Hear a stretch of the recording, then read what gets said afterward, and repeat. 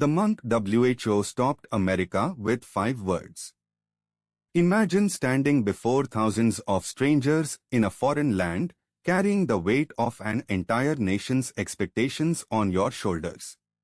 You have one moment, one chance. And in that moment, a young monk from India chose 5 words that would echo through history, reminding America of something it had forgotten about itself. Those words weren't revolutionary. They were simply true. In the Bhagavad Gita, Lord Krishna teaches Arjuna that the greatest power lies not in conquest or dominance, but in seeing the divine spark within every human being.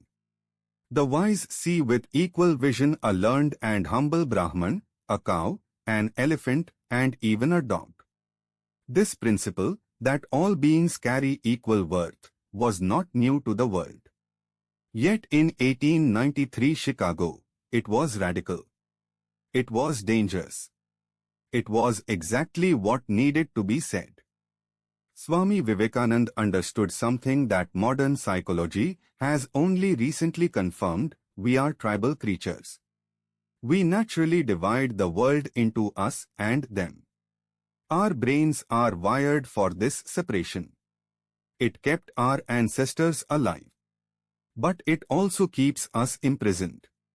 The monk knew that breaking this spell required not argument, but recognition. Not force, but invitation. When Vivekananda stepped onto that stage in Chicago, he could have lectured about Hindu philosophy. He could have defended his tradition against Western skepticism. Instead, he opened his mouth and said, "Sisters and brothers of America." In those 5 words, he did something extraordinary. He erased the boundary between speaker and audience. He claimed kinship with people who had never met him, who looked different, who worshipped differently. He made them family. This is the first lesson: belonging is not earned through perfection or agreement. It is offered through recognition. When you see someone truly, not their religion, not their politics, not their mistakes, but their humanity, you give them a gift that transforms both of you. The audience didn't applaud because he was right. They applauded because they felt seen. The second lesson is subtler. Vivekananda could have said, "Ladies and gentlemen." That would have been respectful. But he said, "Sisters and brothers," invoking a bond deeper than courtesy. He was teaching that the highest form of respect is not distance. It is closeness. It is the willingness to acknowledge that we are bound together by something more fundamental than our differences. The Stoics called this the universal logos, the thread connecting all things. Here is what most of us get wrong about wisdom. We think it requires complexity. We believe that to move people, we must impress them with our intelligence or overwhelm them with information. But Vivekananda understood that the deepest truths are the simplest ones. A seed does not need to explain itself.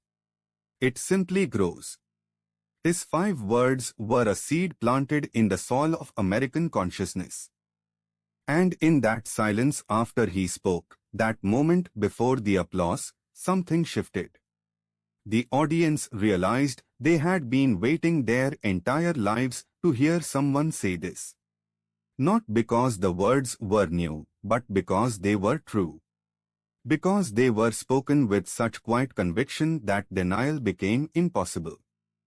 This is the turning point, when you stop trying to convince people and simply reflect back to them what they already know in their hearts.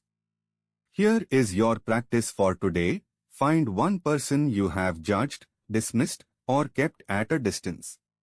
Not to change your mind about them, but to see them as Vivekananda saw that audience. Look past the surface. Ask yourself, what would it feel like to call them sister or brother? What shifts inside you when you do? This is not sentimentality. This is the most practical wisdom there is. A monk from a distant land, speaking in a foreign tongue, changed the course of history not with arguments but with recognition. He showed us that the power to transform the world lies not in our words, but in our willingness to see. In a time of division, his message remains eternal. We are not strangers. We are family. Subscribe to LifeVeda for daily wisdom that transforms your life.